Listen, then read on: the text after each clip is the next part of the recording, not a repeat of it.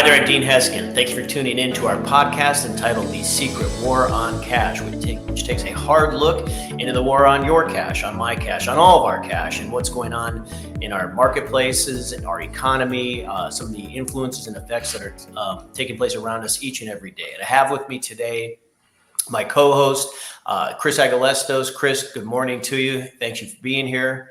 Yeah, good morning. Always happy to be here. Always happy to have you here. Well, we're going to talk about the alliance, which in this article actually today it's called the Superpower Alliance. Yeah. I call it the Superpower, but it's an alliance. Analyst calls BRICS a superpower. Let's just put it what the actual title is. And as we've covered this for several months now, the title of this article comes as absolutely no shock.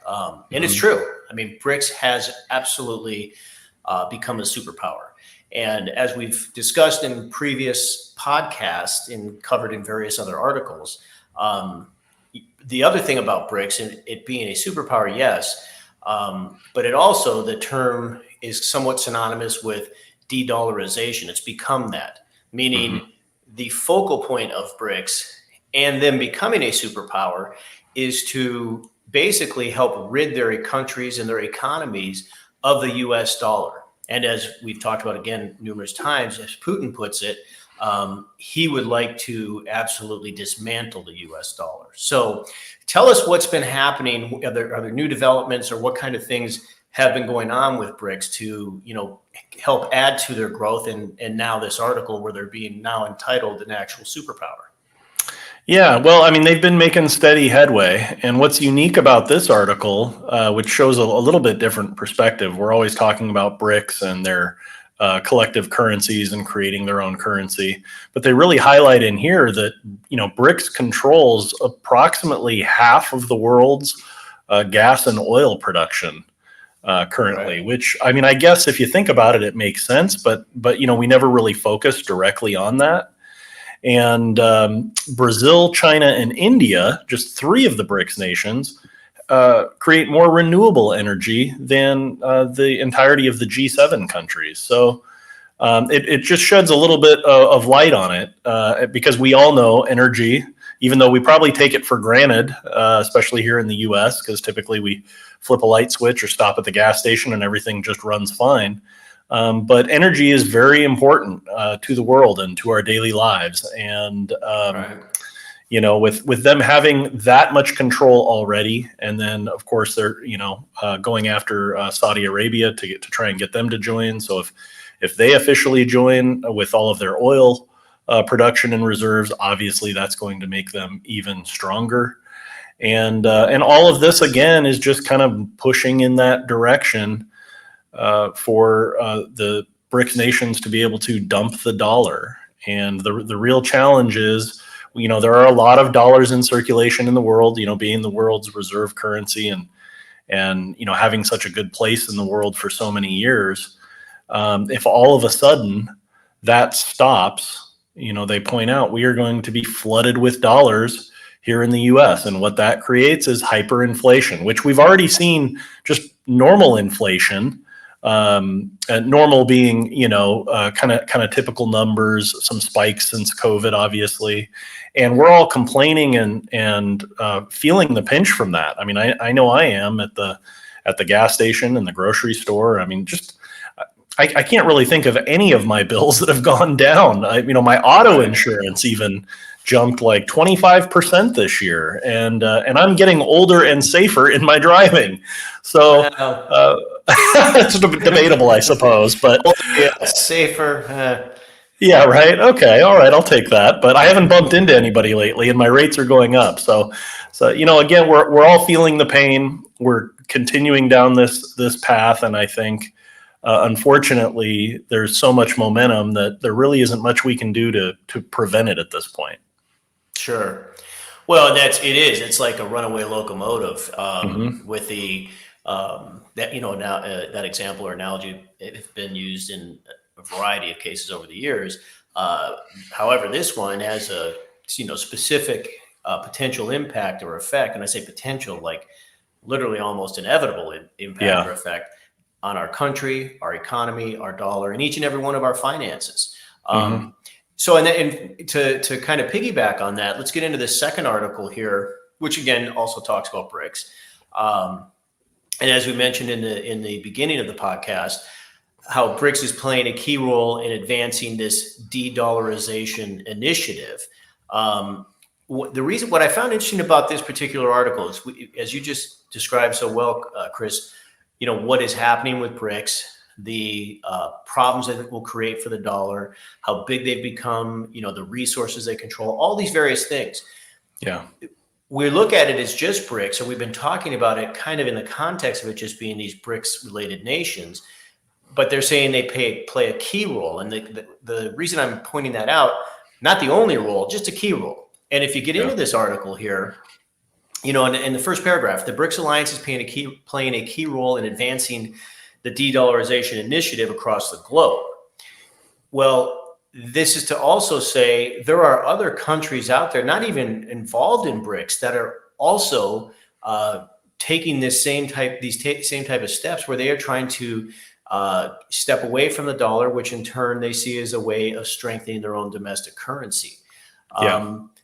So it's, as we've talked about in many podcasts prior to this, the list of nations who have joined the BRICS Alliance is growing literally by the day.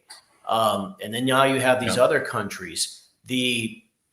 What is there possibly that we could see happen that would kind of shift or change this? Or is it really inevitable at this point? Should we kind of just prepare for somewhat of a crash landing? Yeah, I think that's really the key, is just being prepared. I mean, when you get into this article, they're describing what Russia and China are doing as going on a world tour to bring others on board. So you're right. Now we're currently talking about the current BRICS alliance, but they're going around talking to many, if not most, of the developing nations, and trying to get them on board with the BRICS nations. And it's not really hard to convince them. I mean, it's a pretty easy sell, if you will. These countries want a seat at the table. They want to be heard in world politics, even though we probably don't agree with a lot of these nations. Iran is one of the big outspoken ones that just loves the fact that BRICS is trying to put a hurt on the dollar. And these countries are tired of the sanctions and the rules that we've been trying to police and make them follow. And so it's not really hard to go in there and say, hey, come on board with us. You're going to have a more prominent role in key economic decisions that are made in the world. We're going to give you some advantages in purchasing gas and oil and other goods and services that our nations provide. We're not going to be reliant on the dollar anymore. And so the way they described it as a world tour really shows you the momentum that they have going on right now, because the U.S. isn't running around trying to convince people to stay with the dollar, but BRICS is out there actively. Yeah, you would actually think that the U.S. would be taking a more proactive approach to that, but you're right, they haven't been. Well, I'm thinking about it, and don't get me wrong, I love our country, but if I had to go out and sell the dollar to other nations, sure, there's certainly some positives, but if I say, well, now here's the dollar, but you got to follow my rules, and if you don't, I'm going to lock you out of your accounts, and on and on and on. And, as long as you want to do what our nation wants you to do, things will be great. I mean, I'm not sure that's a marriage I would want to jump into. So I think, it makes sense for them to go out there and push their really anti-US, anti-dollar agenda. And I think they've got some more selling points right now to be able to broadcast.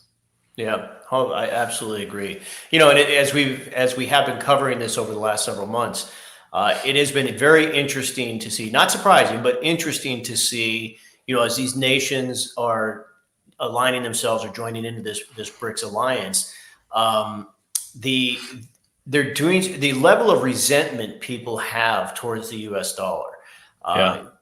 Kind of for the reasons you just described, but that part, again, like I say, it's interesting, not surprising. But it is something that I think is just making it the momentum of this build even more quickly, is the fact that there is that resentment level, and certainly everybody wants to see their own country, their own currency and economy do well. Right. That's one thing, but it's quite another when they're doing so like, you know what, we want nothing to do with this dollar anymore. And that's what they're really kind of taking the stand against. Yeah. Yeah, absolutely. So, all right. Well, thank you, Chris. As always, you've given us some good information here. For those of you tuning in, if you have not subscribed to our podcast, please do so. As you see in the on the banner, if you're watching this, or in the description, if you're tuned in, you can contact our office and get some of our free reports that discuss these topics as well as others. Or if you're looking at how to better protect or hedge yourself against this financially, as it pertains to your investments becoming diversified in physical gold, silver, that type of thing, you can contact us for that as well. So thanks again, Chris. We will look forward to the next time where we get to talk about this or maybe something else. But appreciate your time. And for those of you tuning in, have a great rest of your day. Thank you.